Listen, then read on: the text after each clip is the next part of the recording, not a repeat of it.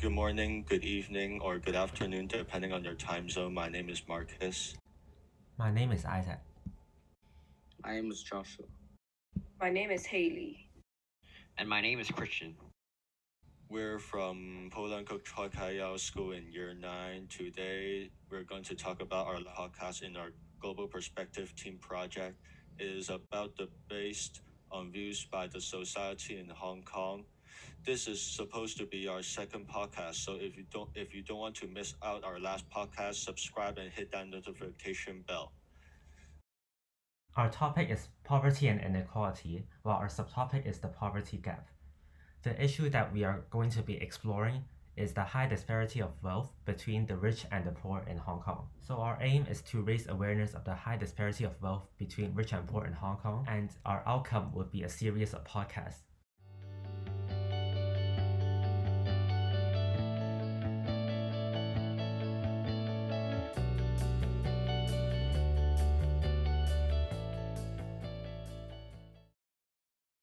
So in introduction, there are 6 groups that were most affected by poverty.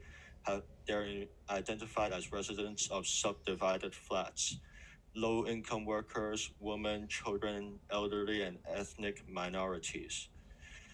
And summary about cost of living in Hong Kong is the monthly costs are about $3,700 in US without rent, and a single person estimated monthly costs are $1,053.35 US dollars without rent.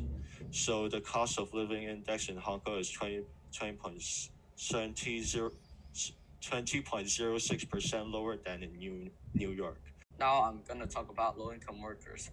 Poverty in the workforce, also referred to as employment poverty, is an issue that Oxfam Hong Kong has been addressing for several years through research, advocacy, public education, and support for community projects. Do you know that a single person estimated monthly costs are 8,167.56 Hong Kong dollars without rent?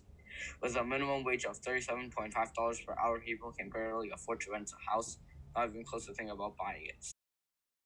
Statistics show that around 1 in 5 people in Hong Kong is below the poverty line, around 1.4 billion people. Poverty in the workforce is caused mainly by 5 reasons: economic restructuring and relocation of industries to the mainland, and the development of high-skilled industries, which have led to a loss of low-skilled jobs, lack of manpower planning and coordination of policies or measures to cope with economic restructuring. Overemphasis on cost reduction in both the public and private sectors, which has given rise to a trend towards short-term or part-time employment, contracting out of government services, and insufficient monitoring of the contractors, some of which exploit the workers by paying unreasonably low wages and reducing their rights and benefits, unequal opportunities for disadvantaged groups such as new immigrants and ethnic minorities, particular needs such as the need to take care of young children at certain stages of family cycle, which has led to a low labor force participation in certain households, and also lack of employment opportunities, social exclusion problems, and high transport costs associated with living in remote areas. Now we are going to talk about the women that are in poverty. Typically, the women are more likely to suffer from poverty than men, and there are many social, cultural, and institutional factors to this. According to a study from Legislative Council of HKSAR, according to the General Household Survey, the median month employment earning in the fourth quarter of 2005 was $10,000, and there was a difference of $2,000 between the earning of men, which is $11,000, and that of women, which is $9,000. First of all, globalization and economic resurrecting plays a part in this phenomenon.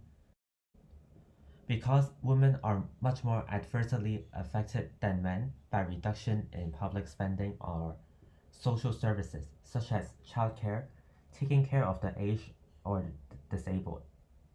Women are more likely to stay at home and take care of the family than men. So the changes in these types of social services will also affect them more greatly than it does men. Also, gender prejudice and stereotyping has worked against the woman for a long time. Many traditional misconceptions that women are not as capable or as smart as men have restricted their potential of development. This is actually very unfair because women should also have equal opportunities to men, and gender should not be a factor in the wages that person is paid. This leads to the concentration of women employees in certain low-paid and low-skilled jobs such as cleaning, which in turn leads to further discrimination in employment and difference in earnings. In addition, lack of educational opportunities for women, especially back in the old days. Another thing is that there is inadequate assistance to single parents, especially those with children. And if they don't have a reliable source of income and are accustomed to spending their husband's money, the women may face financial hardship upon divorce. They might also find difficulties in rejoining the workforce due to lack of skills and also lack of working experience. Moreover, single parents who have to take care of their young children cannot take up full-time employment.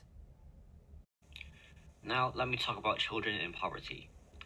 Children often inherit poverty from their family, which makes it more difficult to escape poverty and creates a vicious cycle.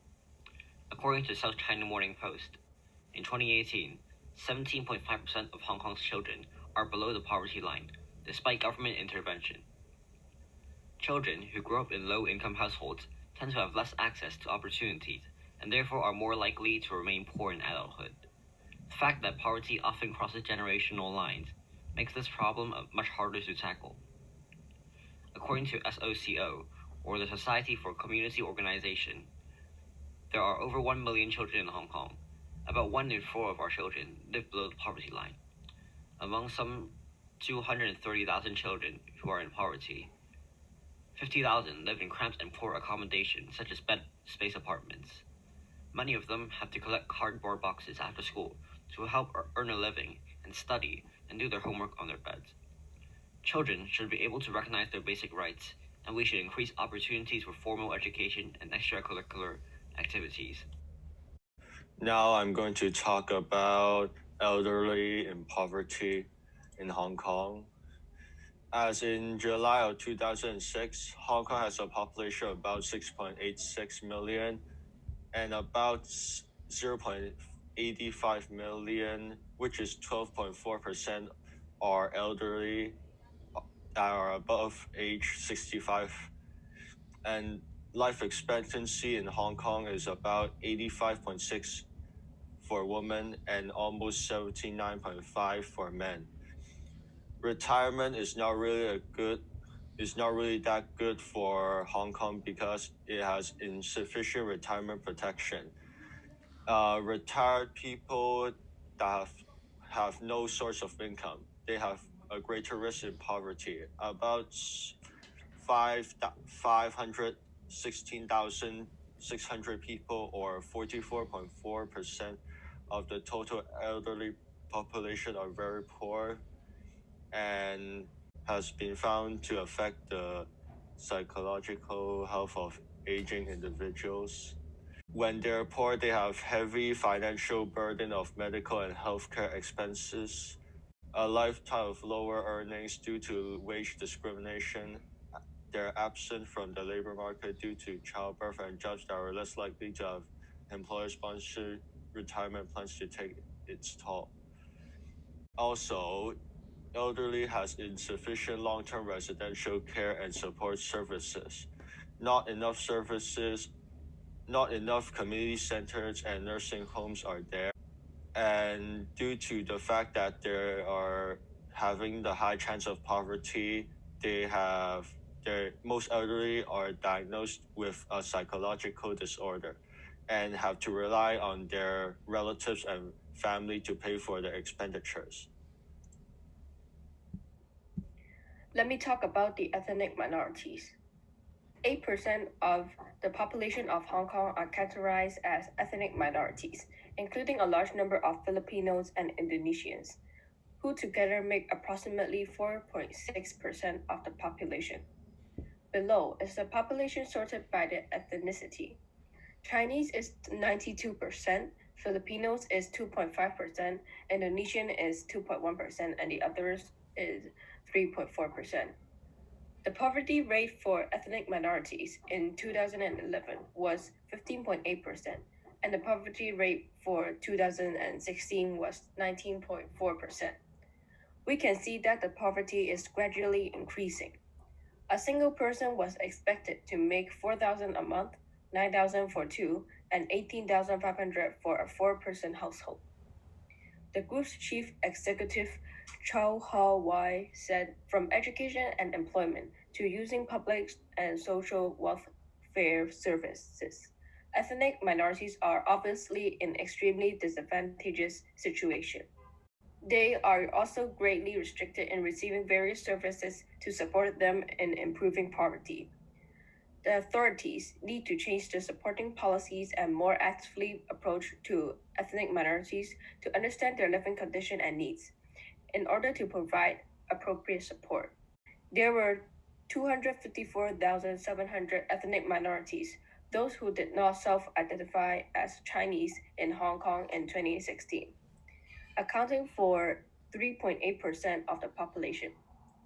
Foreign domestic workers were not included in the report. The Council suggested that the government adopt several measures, including establishing a foundation to support ethnic minorities with projects in employment, education, translation, and other areas. It also just suggested that government strengthen employment support and employ more ethnic minorities in the civil service, as well as provide more public translation services and produce a complete Chinese curriculum for ethnic minority students as soon as possible.